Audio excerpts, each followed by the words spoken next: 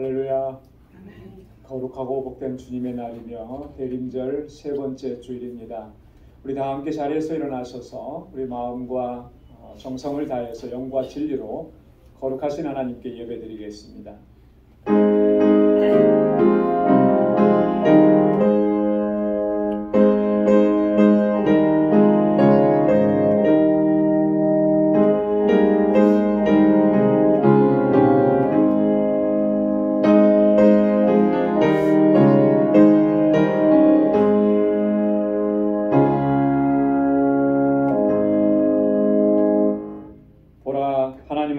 구원이시라. 내가 의뢰하고 두려움이 없으리니 주 여호와는 나의 힘이시며 나의 노래시며 나의 구원이심이라.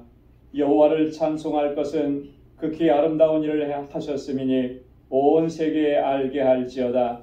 시온의 검이나 소리를 높여 부르라. 이스라엘의 거룩하신 자가 너희 중에서 크심이니라 할 것이니라. 아멘. 자비하시고 은혜가 풍성하신 여호와 하나님 아버지, 지난 한 주간도 은혜 가운데 저희들을 지켜주시고 오늘 거룩하고 복되게 구별하신 주님의 날 하나님 앞으로 인도해 주시고 이렇게 구원의 기쁨과 감격 속에서 하나님을 예배케 하심을 감사합니다. 은혜 안에 살아가고 있음을 늘 기억하게 하시고 늘 하나님을 찬양하고 주의 이름을 높이고 하나님께서 뜻하신 일들을 온전히 이루어가는 우리 모든 주의 권속들이 되게 하여 주옵소서. 오늘도 온 마음과 정성을 다하여 하나님을 예배하는 주의 백성들의 이 예배를 기뻐 흠양해 주시고 우리 가운데 임재하셔서 주님께서 주시는 평강을 더하여 주옵소서. 오늘 이 예배를 기뻐 흠양하시며 거룩하신 하나님의 임재 가운데 주님을 예배하는 우리 모두가 되게 하여 주옵소서. 예수님의 이름으로 기원하옵나이다. 아멘.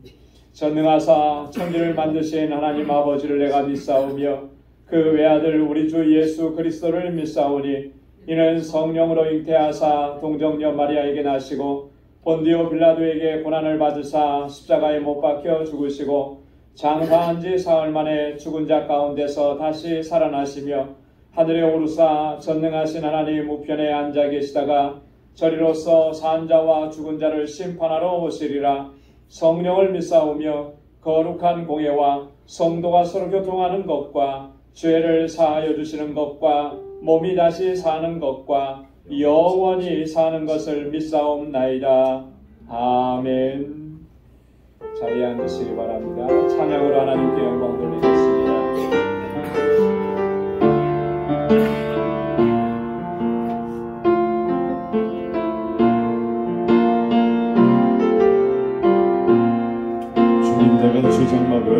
주님 내가 주의 장막을 사모합니다.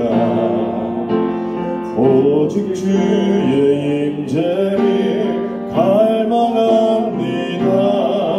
주의 집에서의 하루가 다른 곳의 첫날보다 좋으니 주 사랑 안에 머물며 사랑 노래합니다. 주님 내가 주의 장막을 사모합니다. 오직 주의 임재를 갈망합니다. 주의 집에서의 하루가 다른 곳의 첫날보다 좋으니 주 사랑 안에 머물며 사랑 노래합니다. 나의 평생에 단 한 가지 소원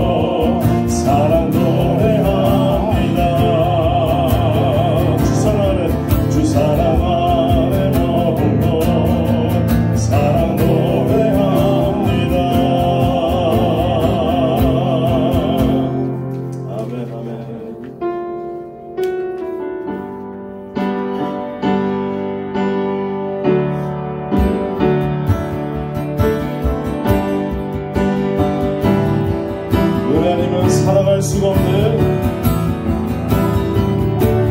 은혜 아니면 살아갈 수가 없는 몸마저도 다 주의 것이니 아멘. 세상 평안과 위로 내게 없어도 예수님 오직 예수뿐이네. 살아갈 수가 없는 은혜 아니면 살아갈 수가 없는 몸마저도 다 주의 것이니 아멘. 세상 평안과 위로 내게 없어도 예수님 예수뿐이네. 그 신께 가볼 수도 없고 작은 고난에 지쳐도 주께 높이 나의 모든 삶 버티고 견디게 하시네.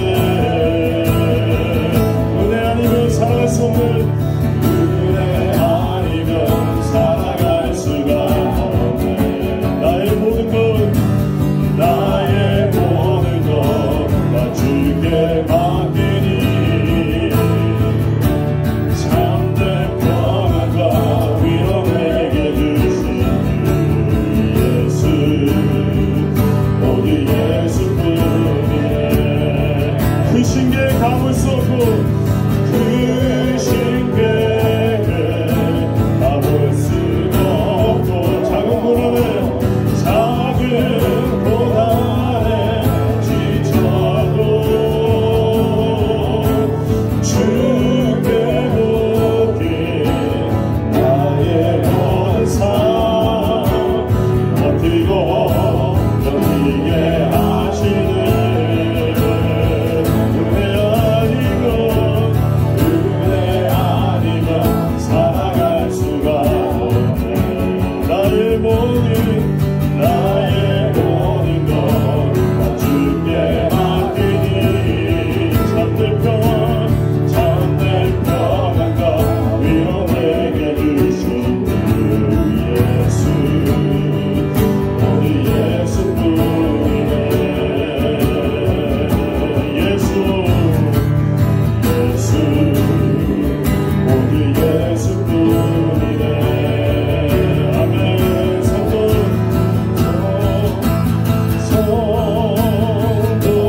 성도여 다 함께 할렐루야 할렐루야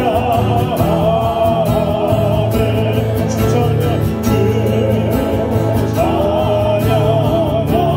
찬양하여라 할렐루야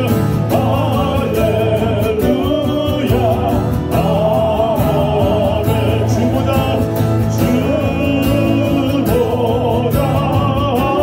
앞에서 대하신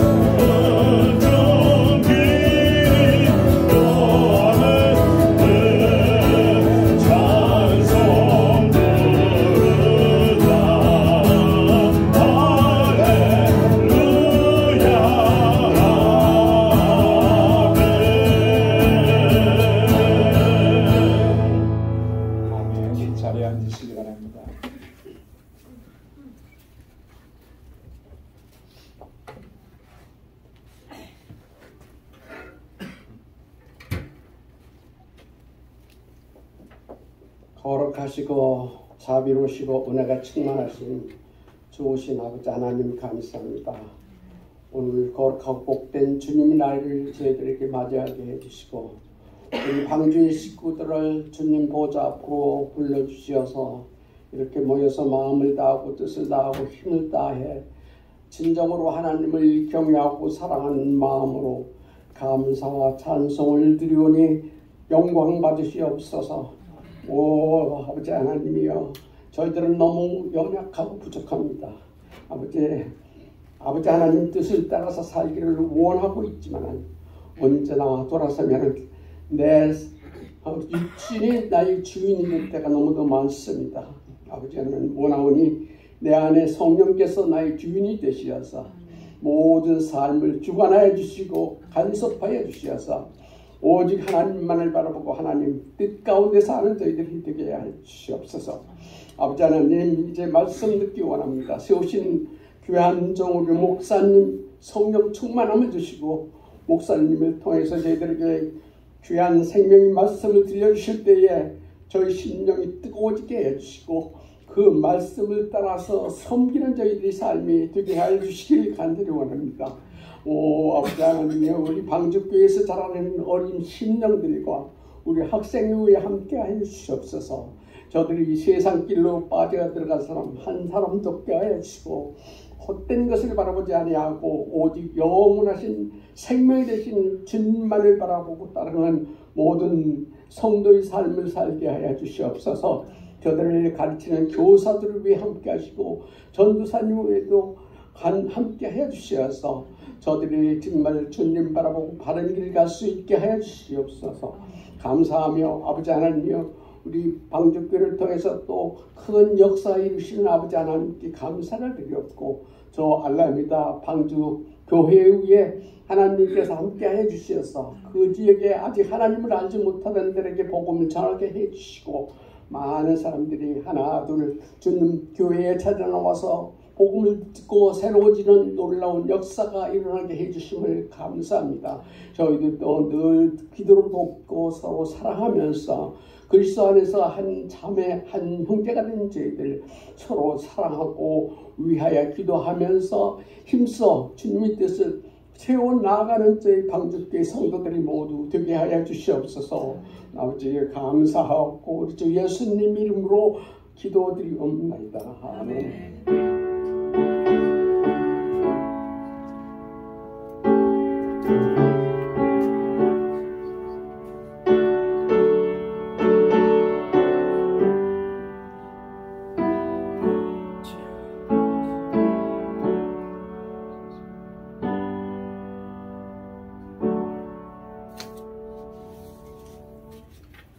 오늘 우리에게 주시는 하나님의 말씀입니다. 구약성경 이사야 제45장 14절에서 19절까지 말씀입니다. 이사야 45장 14절에서 19절, 구약성경 1022페이지입니다. 말씀을 받들어 봉독하겠습니다.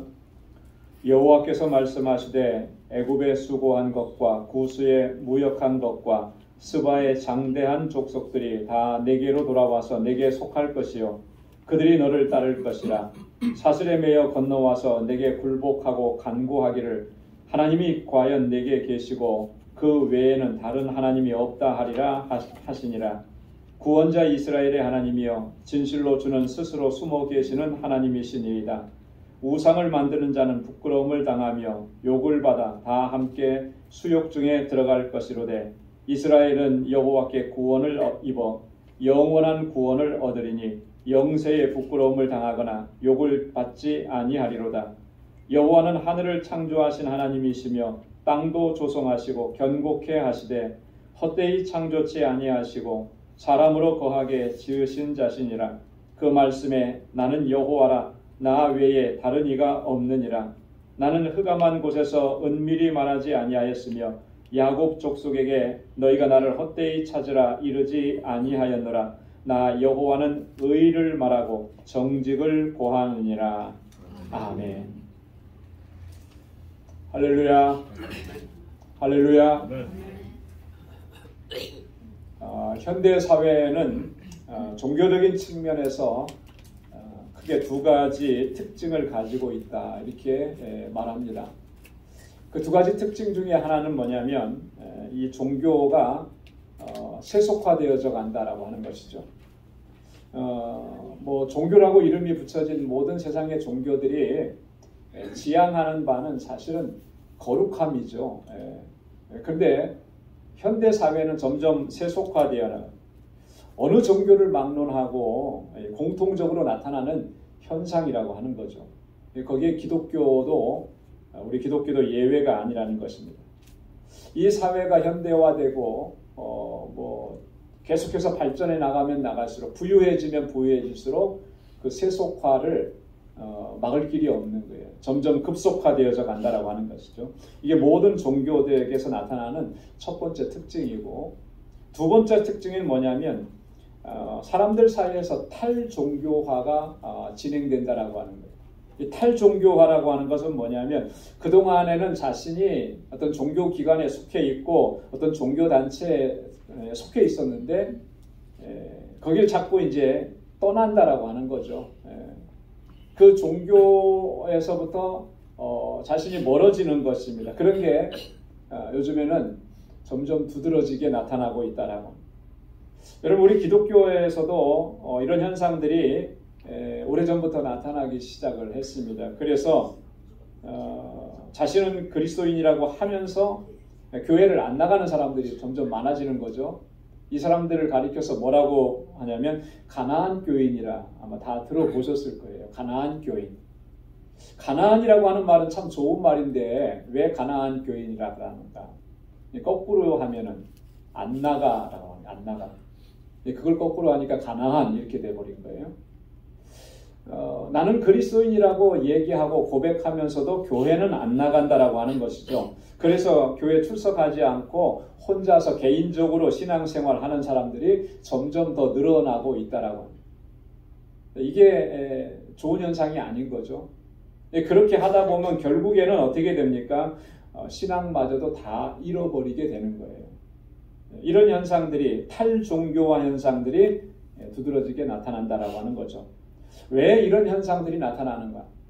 왜 교회가 세속화되어지고 왜 탈종교와 탈기독교화 되는 현상들이, 그래서 가나안 교인들이 많아지게 되는 이런 현상들이 나타나게 되는 것일까? 원인은 여러 가지가 있을 겁니다. 그런데 가장 궁극적인 원인을 꼽으라고 하면 저는 이렇게 얘기할 수 있을 것 같아요.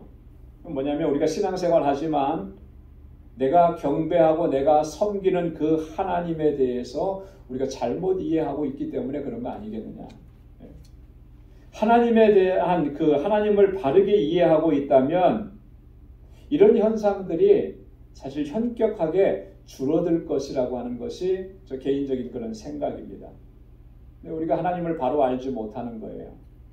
그러니까 바로 믿을 수가 없고 그 믿음이 바른 믿음이 되지 못하다 보니까 세속화에 빠져버리고 나중에는 탈종교화되고 신앙마저도 잃어버리는 이런 현상들이 나타나는 것이죠. 이스라엘 역사를 보면 하나님께서 이스라엘 백성들에게 끊임없이 강조하신 것이 하나 있습니다. 그게 뭐냐면 우상숭배 금지입니다. 오직 하나님만이 유일하신 참신이시기 때문에 너희 가운데 다른 신들을 두지 말라고 하는 것, 이게 하나님께서 가장 많이 강조하신 거예요. 그래서 모든 율법의 핵심적인 내용을 담고 있는 이 십계명에도 보면 그 첫 번째와 두 번째가 바로 이 사실을 강조하는 거죠. 너는 나 외에 다른 신들이 내게 있게 말지니라. 참신은 오직 하나님 한 분뿐이시라는 거예요. 그러니까 하나님 외에 다른 신들이 너희에게 있게 말지니라. 다른 신이라고 하는 것은 존재하지 않는다라고 하는 것이죠. 그걸 첫 번째로 말씀을 해주시고 두 번째 계명에서 뭐라고 하셨습니까? 넌 너를 위하여서 우상을 만들지 말라. 그것들에게 절하고 그것들을 섬기지 말라. 우상을 만들지 말라. 그렇게 하나님께서 강조하신 것입니다. 하나님만이 참 신이시라고 하는 것을 하나님은 끊임없이 말씀을 해주셨는데 이스라엘 백성들은 그것을 제대로 기억하고 중요하게 생각하지 않았다라고 하는 것이죠. 거기에 문제가 있었다라고. 여러분, 하나님께서는요, 성경을 통해서 하나님 자신이 어떤 분이신지를 우리에게 끊임없이 말씀을 해주시고 가르쳐 주셨습니다. 그래서 이것을 가리켜서 신학적인 용어로 하나님의 자기 계시라 그렇게 얘기하는 거예요. 하나님께서 자신을 드러내서 알려주신 것입니다. 우리에게 하나님은 어떤 분이신지, 어떤 성품을 가지셨고 어떤 일을 하셨는지.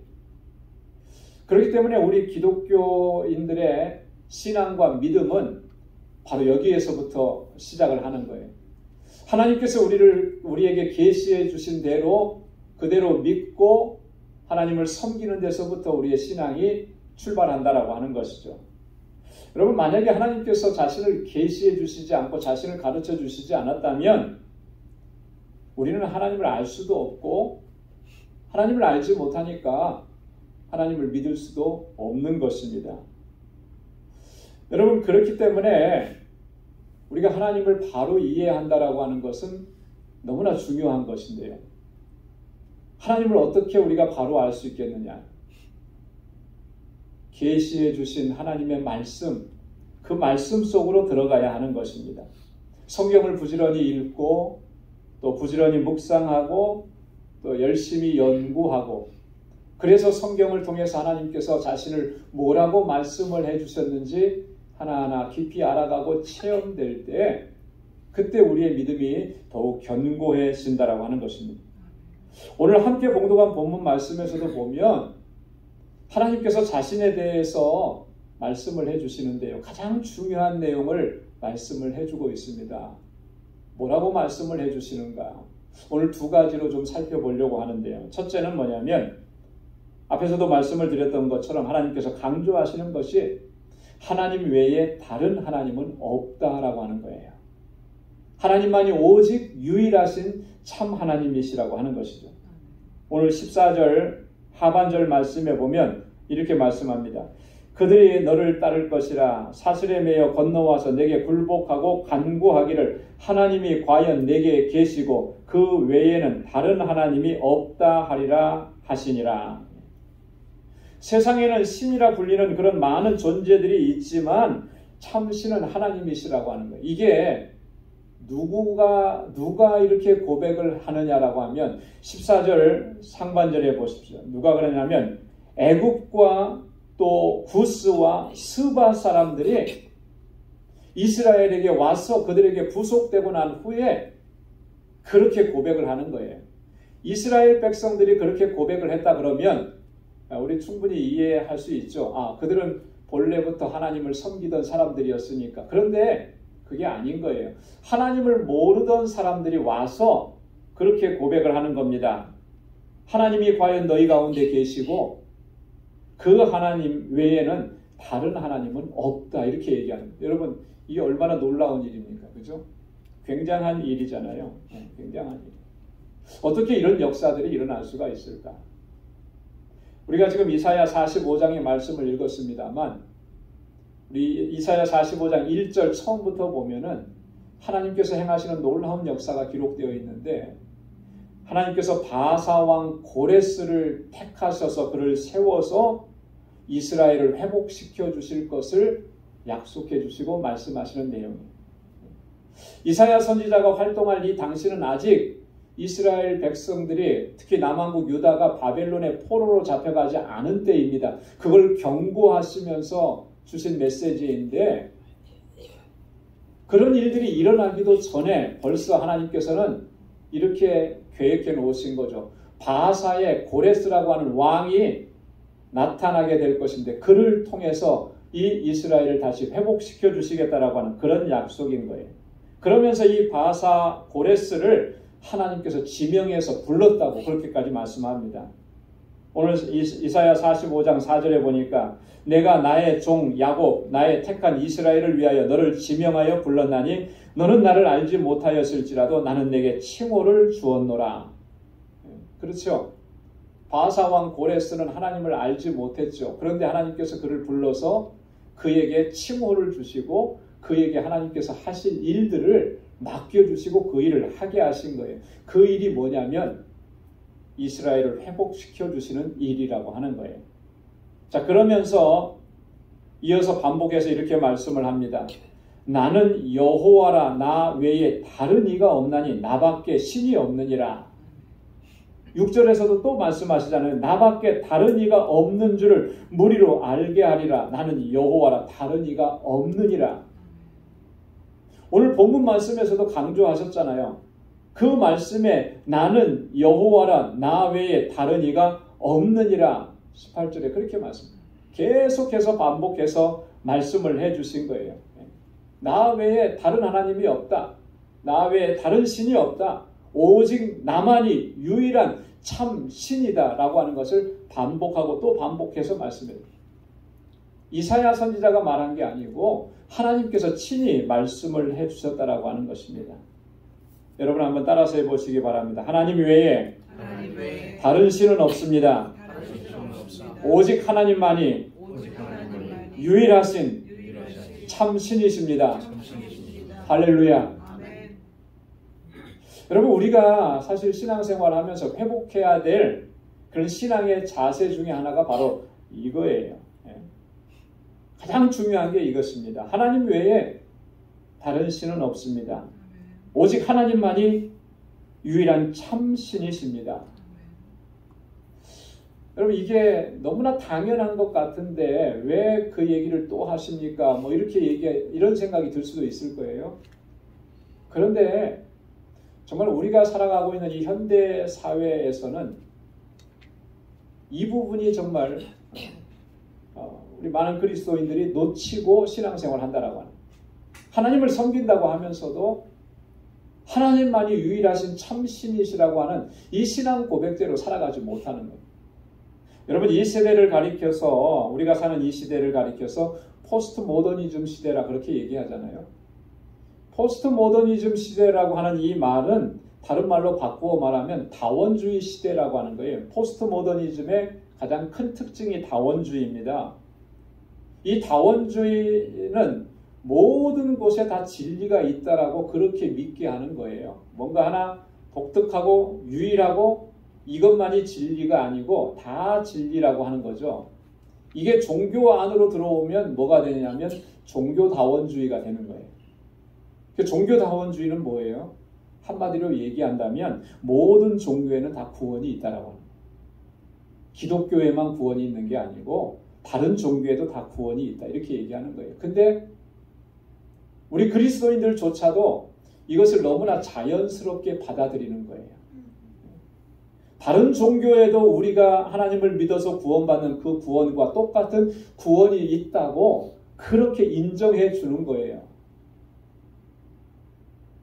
뭐 물론 여기 계신 우리 방주의 식구들은 그렇지 않을 거라고 믿지만 의외로 이렇게 믿는 사람들이 그리스도인들 가운데 적지 않다라고 하는 것입니다. 그렇기 때문에 여러분, 오직 여호와 하나님만이 참신이시라고 하는 이 신앙을 회복하는 게 너무나 중요한 것입니다. 여러분, 이스라엘 백성들이 광야 생활을 마치고 하나님의 약속의 땅인 가나안에 들어갔습니다. 그 가나안 땅에는 이미 이스라엘 백성들보다 훨씬 더 문명적이고 그리고 부유한 삶을 사는 그런 7 족속들이 살고 있었습니다. 그런데 하나님께서 이스라엘 백성들에게 명령을 내리셨습니다. 그 7 족속들을 다 그 땅에서 몰아내라고 하는 것입니다. 그리고 강조하신 것이 뭐냐면 너희는 결단코 그 땅의 신들을 섬기지 말라고 경계하신 거예요. 그런데 이스라엘 백성들은 이런 하나님의 말씀, 이런 하나님의 경고를 무시해버렸습니다. 그 땅에 들어가서는 그 땅의 종교와 그 땅의 문화와 그 땅의 풍습을 따라갔던 것이죠. 왜요? 너무나 멋있어 보이고 너무나 잘나고 자기들보다 훨씬 나으니까. 그러면서 그들은 급속도로 가나안화 되었습니다. 가나안화 되었다라고 하는 말은 세속화 되었다라고 하는 그런 말이에요. 자, 그런데 그 결과는 참으로 혹독하고 참혹했다라고 하는 것이죠.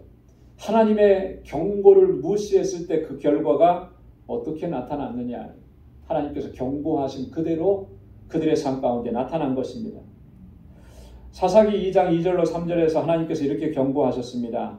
너희는 이 땅 거민과 언약을 세우지 말며 그들의 단을 헐라 하였거늘 너희가 내 목소리를 청종치 아니하였도다. 그리하면 어찌미뇨. 그러므로 내가 또 말하기를 내가 그들을 너희 앞에서 쫓아내지 아니하리니 그들이 너희 옆구리에 가시가 될 것이며 그들의 신들이 너희에게 올무가 되리라 하였느냐. 하나님께서 쫓아내라고 명령하셨는데 그들은 쫓아내지 않은 거죠. 왜? 같이 있어야 저들의 부요함을 우리가 같이 누릴 수가 있으니까. 그렇게 하나님의 경고를 무시했는데 그 결과가 저들이 너희의 옆구리에 가시가 되고 저들의 신들은 너희에게 올무가 되리라.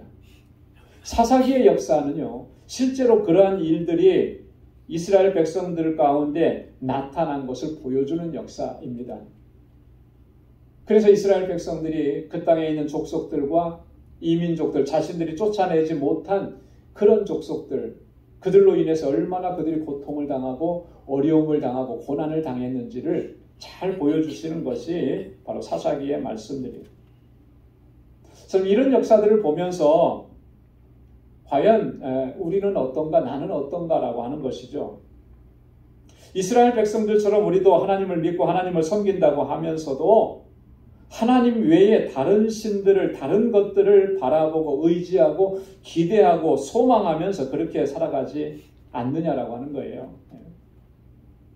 하나님을 예배한다고 이렇게 하나님을 예배하면서도 일상의 삶으로 돌아가서는 하나님보다 더 소중한 게 있는 것이, 하나님보다 더 중요하게 여기는 것들이 우리가 너무나 많지 않느냐라고. 그래서 우리의 삶 속에서는 자꾸 하나님의 우선순위, 하나님이 내 삶의 우선순위에서 자꾸 밀려나는 그런 모습들을 보이는 거예요. 나는 그렇지 않다라고 우리가 과연 얘기할 수 있을까라고 하는 거죠. 하나님보다 더 중요하게 여기고 하나님보다 더 소중하게 여기는 것, 그것이 곧 하나님께서 경고하시고 경계케 하신 우상이고 다른 신들이에요. 꼭 어디 우리는 기독교니까 다른 종교 앞에 가서 그 신당에서 절하고 이것만이 그 신을 섬기고 그걸 우상 숭배하는 것이 아니라 하나님을 내 삶에서 최우선순위에 두지 않고 하나님보다 더 소중하게 여기는 것, 하나님보다 더 중요하게 여기는 것, 하나님보다 더 의지하는 것, 그게 곧 다른 신들이라고 하는 거예요. 그게 곧 우상이라고 하는 거예요. 그렇다면 여러분, 우리도 이스라엘 백성들과 별반 다르지 않느냐라고 하는 것이죠. 왜 그런 현상들이 일어나겠습니까? 하나님만이 유일하신 참신이시라고 하는 이 신앙과 이 믿음과 확신을 우리가 견고하게 붙잡지 않기 때문에 그런 현상이 일어나는 거예요. 오늘 14절 말씀에 그랬잖아요. 애굽과 구스와 스바의 장대한 족속들이 이스라엘에게 돌아와서 이스라엘에게 부속되어서 그들이 이렇게 말한다는 거죠. 하나님이 과연 내게 계시고, 이스라엘 백성들 가운데서 역사하는 그 모습을 보니까 너희의 신이 참신이시다, 이렇게 고백한다라고 하는 거죠. 하나님께서 행하신 그 놀라우신 역사들, 하나님의 구원의 은혜를 경험하면 이렇게 고백할 수밖에 없다라고 하는 거예요. 저와 여러분들이, 우리는 모두가 다 하나님의 그런 은혜를 입고 살아가는 사람들 아닙니까?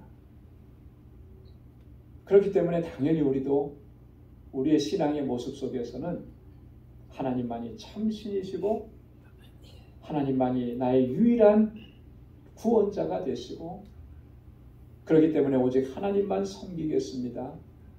하나님 외에 다른 것은 없습니다. 여러분, 그 신앙과 그 믿음을 가지고 하나님 앞에 나아가야 할 줄로 믿습니다. 여러분, 이 믿음의 자세가 회복되어져야 되는 거예요.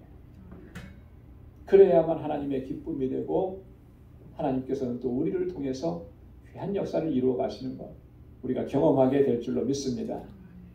두 번째로 오늘 본문을 통해서 하나님께서 하나님이 어떤 분이시라고 말씀해 주시는 것은 하나님은 우리의 구원자이시라고 하는 거예요. 여러분 한번 따라서 해보시기 바랍니다. 하나님은 우리의 구원자이십니다. 할렐루야. 오늘 15절 말씀에도 보면 구원자 이스라엘의 하나님이여 그래. 이스라엘을 구원하시는 하나님이시여. 17절에도 보면 이스라엘은 여호와께 구원을 입어 영원한 구원을 얻으리니 영세의 부끄러움을 당하거나 욕을 받지 아니하리로다 그랬습니다. 이스라엘이 뭘 입었다 그랬냐면 여호와의 구원을 입었다. 그래서 영원한 구원을 얻어서 그 영생의 부끄러움을 당하지 아니하고 욕을 받지 않는다. 하나님께서 우리를 구원하셔서 우리에게 이렇게 놀라운 은혜를 허락해 주신 거예요. 여러분 우리 신앙생활에 있어서 가장 핵심적인 요소가 뭐냐면 바로 이 구원입니다.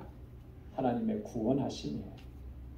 하나님께서 우리를 구원해 주셨기 때문에 오늘 우리가 이렇게 하나님을 경배하고 하나님을 찬양하고 하나님을 예배할 수가 있는 거예요. 하나님께 대한 진정한 예배, 진정한 찬양은 오직 하나님의 은혜로 구원함을 받은 사람들만이 그렇게 할 수 있는 것입니다. 형식적으로, 형태적으로는 예배라는 형식은 갖출 수가 있고 찬양이라는 형식은 갖출 수가 있을 것입니다. 그런데 그 모든 것들이 다 하나님께서 받으시는 것이냐면 그렇지 않은 거예요. 오직 이 구원의 은혜를 입은 사람들이 구원의 기쁨과 감격 속에서 하나님을 찬양할 때, 하나님을 예배할 때 하나님 그 찬양과 그 예배를 받으신다라고 하는 것이죠. 그래서 이사야 선지자가 이렇게 노래했습니다. 이사야 61장 10절 말씀 우리 다 함께 같이 읽어보겠습니다. 내가 여호와로 인하여 크게 기뻐하며 내 영혼이 나의 하나님으로 인하여 즐거워하리니 이는 그가 구원의 옷으로 내게 입히시며 의의 겉옷으로 내게 더하심이 신랑이 사모를 쓰며 신부가 자기 보물로 단장함 받게 하셨음이라. 아멘. 내가 여호와로 인해서 크게 기뻐하고 내 영혼이 나의 하나님을 인해서 즐거워할 것인데 그렇게 기뻐하고 즐거워할 수 있는 이유가 뭐냐면 하나님께서 나에게 구원의 옷을 입혀주셨고 의의 겉옷을 입혀주셨기 때문에 내가 이렇게 기뻐하고 즐거워하며 하나님을 찬양하고 하나님을 예배할 수 있다라고 합니다. 여러분 하나님께서 받으시는 예배는 바로 이 구원의 기쁨과 감격 속에서 하나님을 예배하는 그 예배를 하나님께서 받으시는 것이죠. 노래로 불려졌다고 해서 그 노래가 다 하나님을 기쁘시게 하는 것이냐면 그렇지 않다라고 하는 거예요. 여기서 한 단계 더 나아가서 구원받은 하나님의 백성이라 할지라도 여러분 구원의 기쁨과 감격 속에서 나의 구원자 하나님을 찬양하지 않으면 그 찬양은 그냥 노래가 되버리는 거예요. 하나님을 찬양할 때 여러분 우리의 모든 영혼은 어디에 집중을 해야 하겠습니까? 하나님께 집중을 해야 되는 거죠. 하나님을 찬양할 때 우리의 마음은 어떻게 정리가 돼야 되는 것이겠습니까? 나를 구원하신 구원의 하나님의 은혜에 대한 기쁨과 감사, 감격으로 채워져야 되는 거예요. 그래야 그 찬양이 하나님께서 기뻐 받으시는 찬양이 되는 것이죠. 가끔 그런 모습들을 보게 되는데요. 우리가 찬양을 한다든지 뭐 이렇게 할 때 그냥 허공을 보면서 찬양을 하는 것 같아요. 딴 생각을 하면서 찬양을 하는 것 같아요. 이런 모습들을 종종 봅니다. 앞에 이렇게 단에 서 있으면 다 보여지고 느껴져요.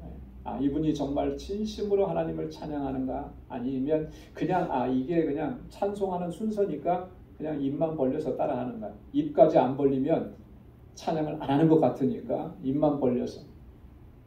그럼 그거는 찬양이 아니죠. 찬양이라고 하는 말은 하나님을 높이는 거잖아요. 하나님을 칭송하는 거잖아요. 마음이 거기에 안 가 있는데 그렇게 불려진 노래가 하나님 보좌의 상달이 되겠습니까? 아닌 거예요. 그 마음의 중심은 나를 구원해 주신 하나님의 구원의 은혜에 대한 감사와 감격으로 그렇게 하나님을 찬양하는 거고 말씀을 들을 때도 마찬가지인 거고요. 이 예배 전체가 다 나를 구원해 주신 그 구원의 하나님의 은혜를 기억하면서 감사하면서 감격 속에서 하나님을 예배하고 찬양해요. 그랬을 때 그 예배가 하나님께서 기뻐 받으시는 예배가 되는 줄로 믿습니다. 이사야 51장 11절에도 보면 여호와께 구속된 자들이 돌아와서 노래하며 시온으로 들어와서 그 머리 위에 영영한 기쁨을 쓰고 즐거움과 기쁨을 얻으리니 슬픔과 탄식이 달아나리로다. 하나님께 구속함을 입은 사람들, 구원함을 받은 백성들이 돌아와서 하나님을 노래하는데 어떻게 노래합니까? 정말 기쁨으로 즐거움으로 노래하니까, 그렇게 하나님을 찬양하니까 슬픔과 탄식이 다 사라져버리는 거예요. 여러분, 세상에서 우리가 어떠한 고난이 있고 어떠한 환난이 있고 어려움이 있고 정말 무거운 짐이 있어도 하나님 앞에 나와서 나를 구원해 주신 그 하나님, 하나님의 은혜를 기억하면서 감격 속에서 하나님을 찬양하면 이 모든 것들이 다 달아나게 하시고 하나님이 주시는 은혜와 평강으로 가득히 채워주시는 그 은혜를 또 경험하게 되는 줄로 믿습니다. 아멘. 여러분, 사도 바울이, 우리는 항상 사도 바울 얘기를 참 많이 하는데요. 사도 바울이 복음을 증거하면서 정말 많은 어려움을 겪었습니다. 죽음의 위협도 수없이 많이 겪고 핍박과 환난도 많이 겪었는데 결코 포기하지 않았어요. 죽는 그 순간까지 복음 전파의 사명을 감당했던 것이죠. 바울을 보면서 그런 생각을 합니다. 나는 어땠을까? 이런 환난이 오면 바울이 겪었던 그 많은 환난 가운데서 한두 개만 겪어도 정말 포기해버리지 않았을까? 그런 생각이 들 정도예요. 바울이 그렇게 죽기까지 복음을 전하고 그런 모든 고난과 환난들을 감당해내고 몸으로 겪어내고 그렇게 끝까지 복음의 사명을 감당할 수 있었던 가장 근본적인 요인은 뭐냐면 이런 겁니다.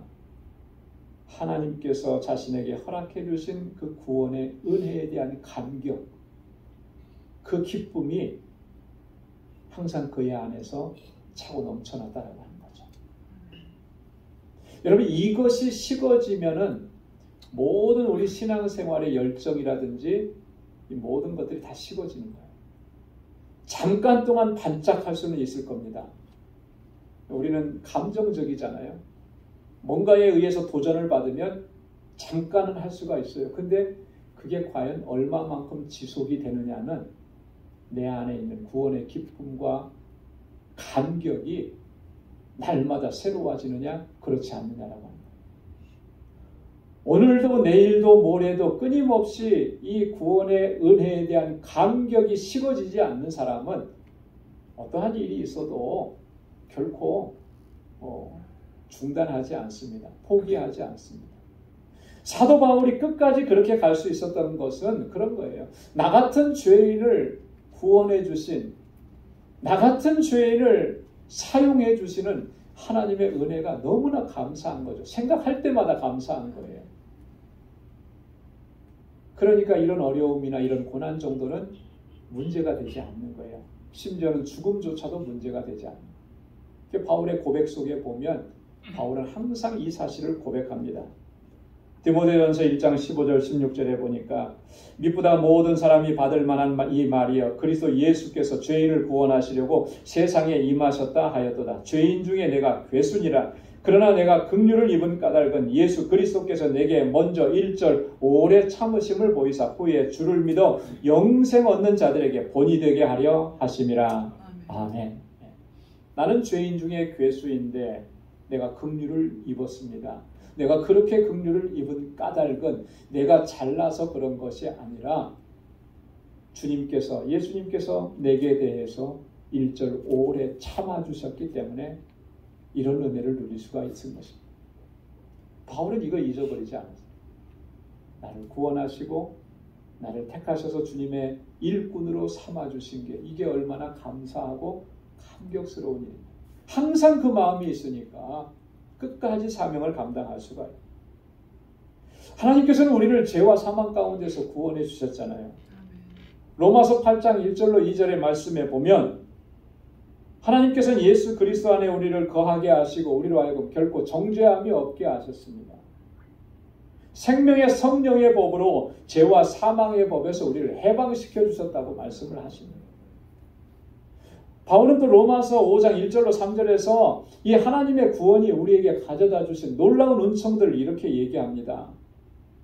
예수 그리스도로 말미암아 우리가 하나님으로 더불어 화평을 누리게 되었다.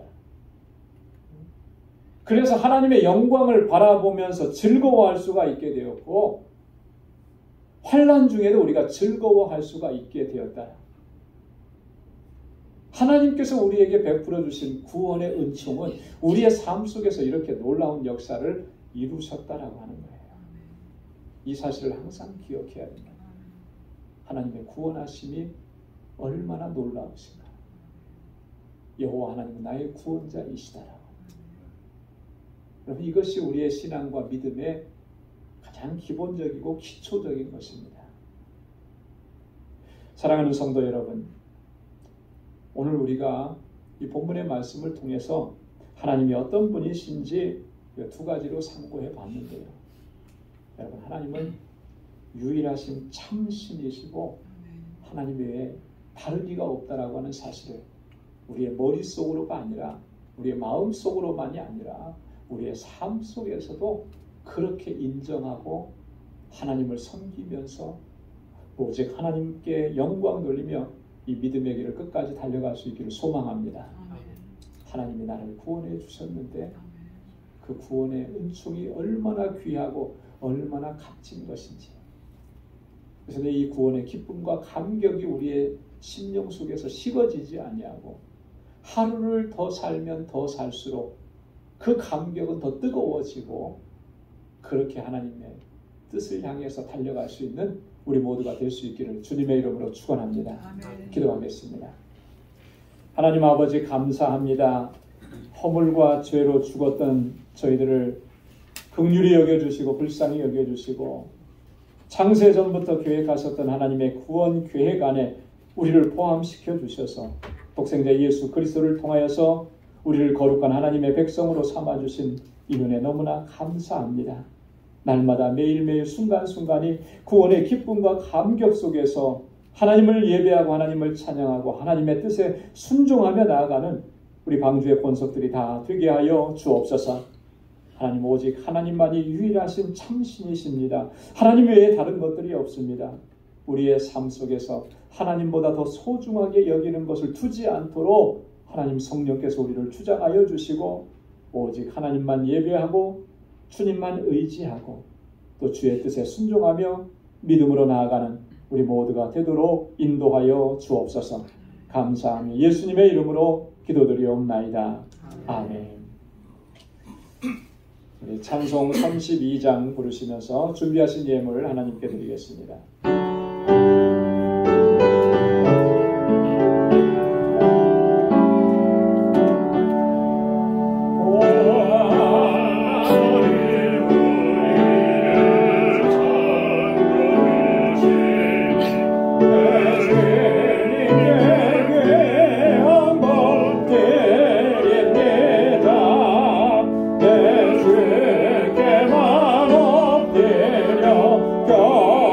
내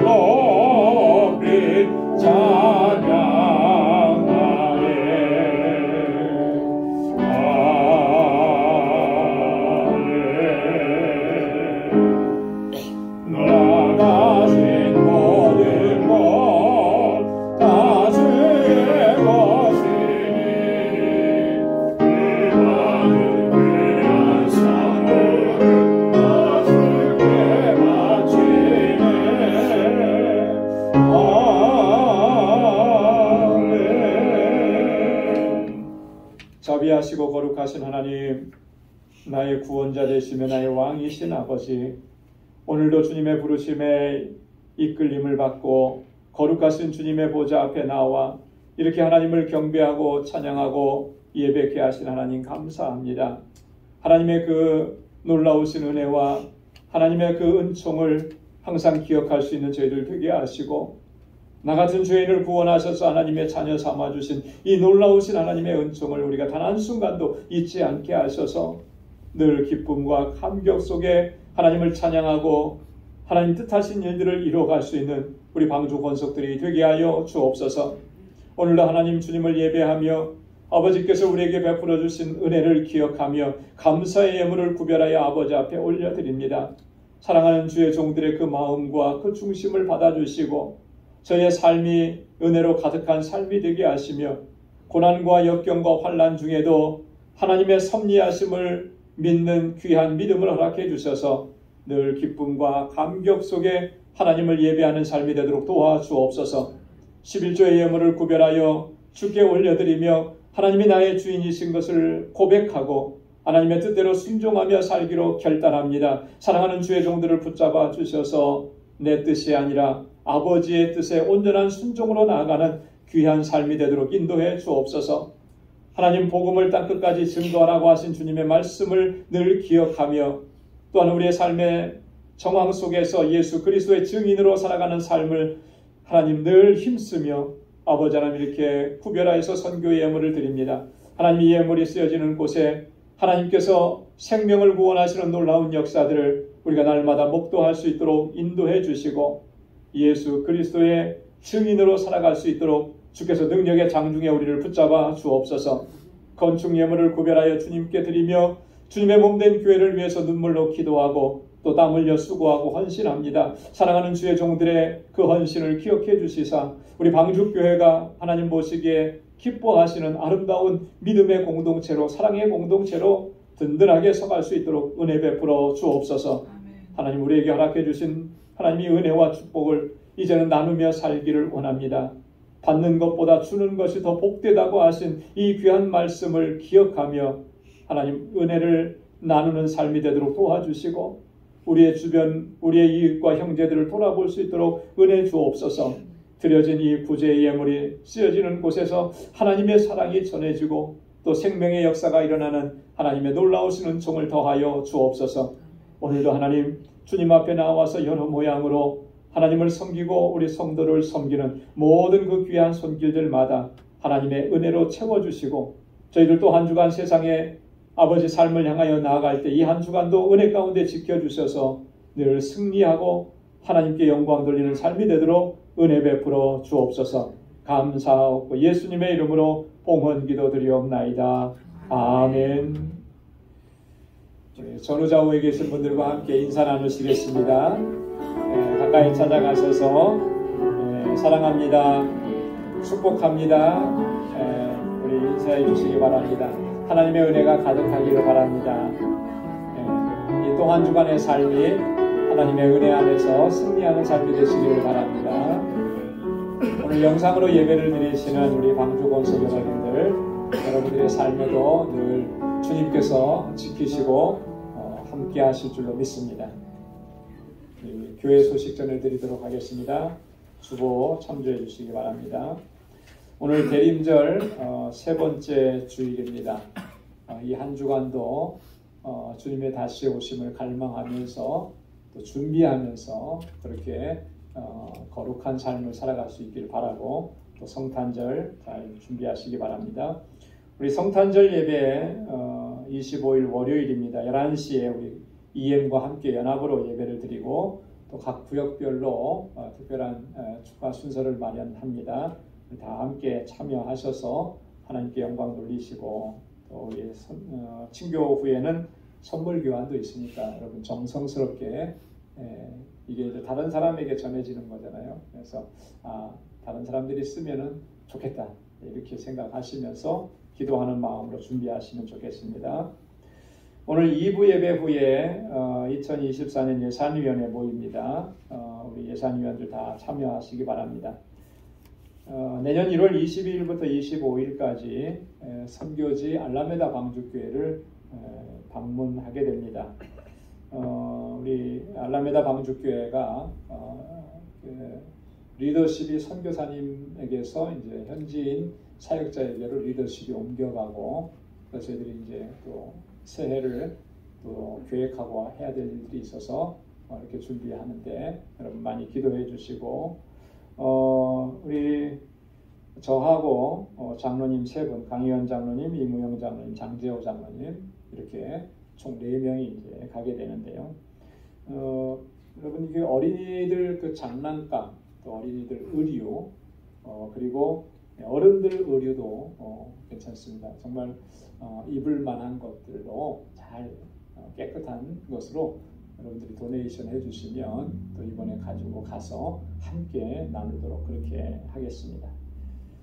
우리 한 가지 중요한 광고를 드립니다. 우리 지난 당회에서 우리 선교회를 좀 명확하게 구분하는 그런 결정을 했습니다. 그동안에 선교회 구분이 이렇게 좀 정확하지 않다 이런 얘기들이 좀 많이 있고, 그래서 이번에 좀 그것을 결정을 했는데요.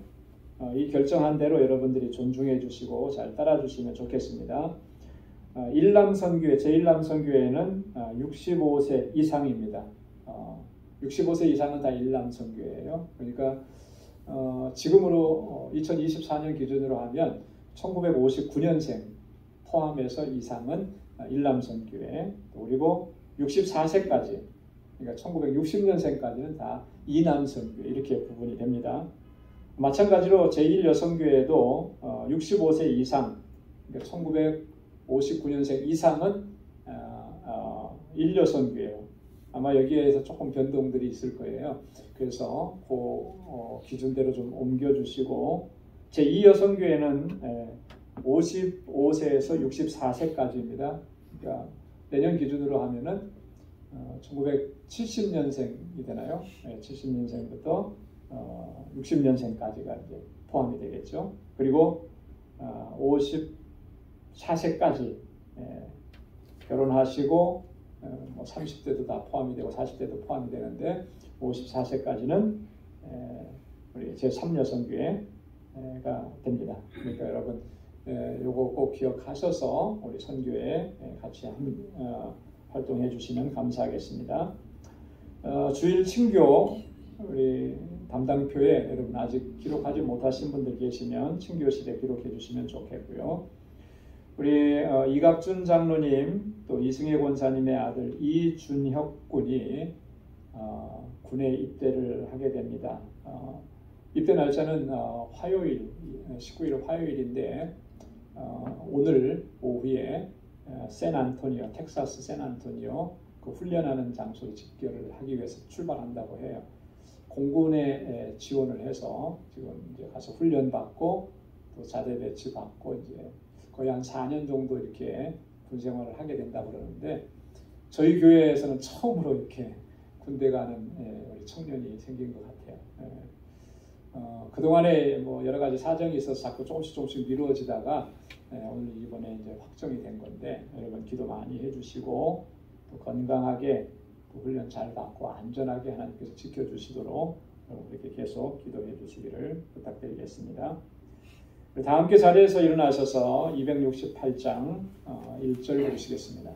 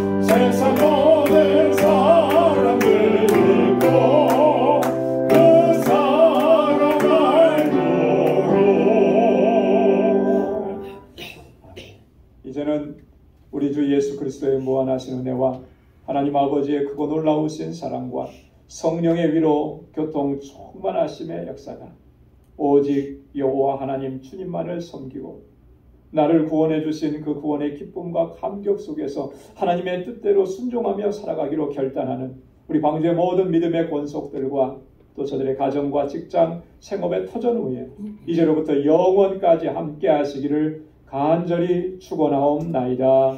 아멘.